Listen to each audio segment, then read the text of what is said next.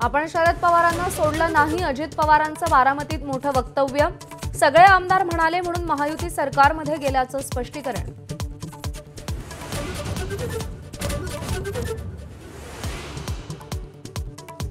सलग दुसऱ्या दिवशी शरद पवारांच्या बॅगची तपासणी। काल रायगडमधल्या म्हसळामध्ये तर आज बारामती आणि करमाळ्यातही बॅग तपासणी।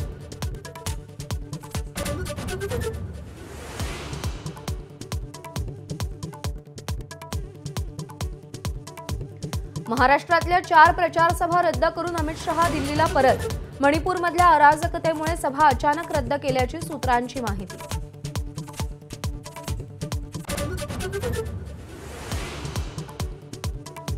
बाळासाहेब ठाकरेंचा आज 12वा स्मृतिदिन। उद्धव ठाकरेंचं सहकुटुंब शिवतीर्थावर बाळासाहेबांना अभिवादन। तर कोलाब्यातील बाळासाहेबांच्या पूर्णाकृती पुतळ्याला मुख्यमंत्री शिंदेंचं वंदन।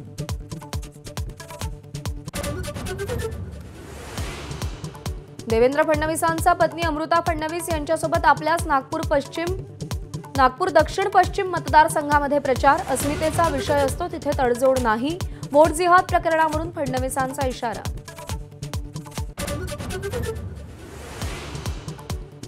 माहीमवरून राज ठाकरेंसोबत दुरावा। माझाच्या मुलाखतीत मुख्यमंत्री एकनाथ शिंदेंचं वक्तव्य। काही बाबींवर वेळेत चर्चा व्हायला हवी होती अशी ही स्पष्टोक्ती।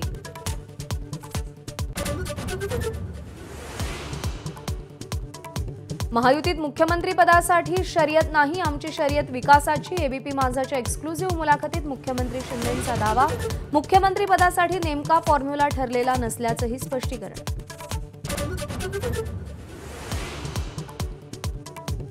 खेडमध्ये स्टिकर काढण्यावरून कदम कुटुंबातील भाऊबंदकी चव्हाट्यावर। स्टिकर काढताना चित्रीकरण केल्यानं रामदास कदमांच्या भावाची पत्रकाराला मारहाण।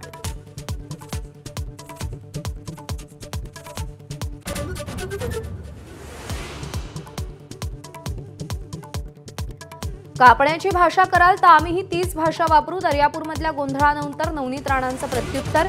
आतापर्यंत 48 जणांवर गुन्हे दाखल।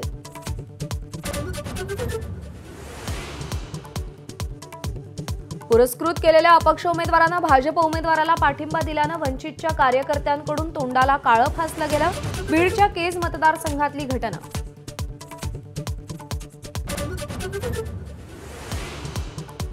जळगावमध्ये नाकाबंदी दरम्यान 5.5 कोटींचं सोनं जप्त। हिंगोली परभणी सीमेवर सुमारे 1 कोटींची रोकड ताब्यात। तर वाशी टोल नाक्यावर 80 कोटींची चांदी जप्त।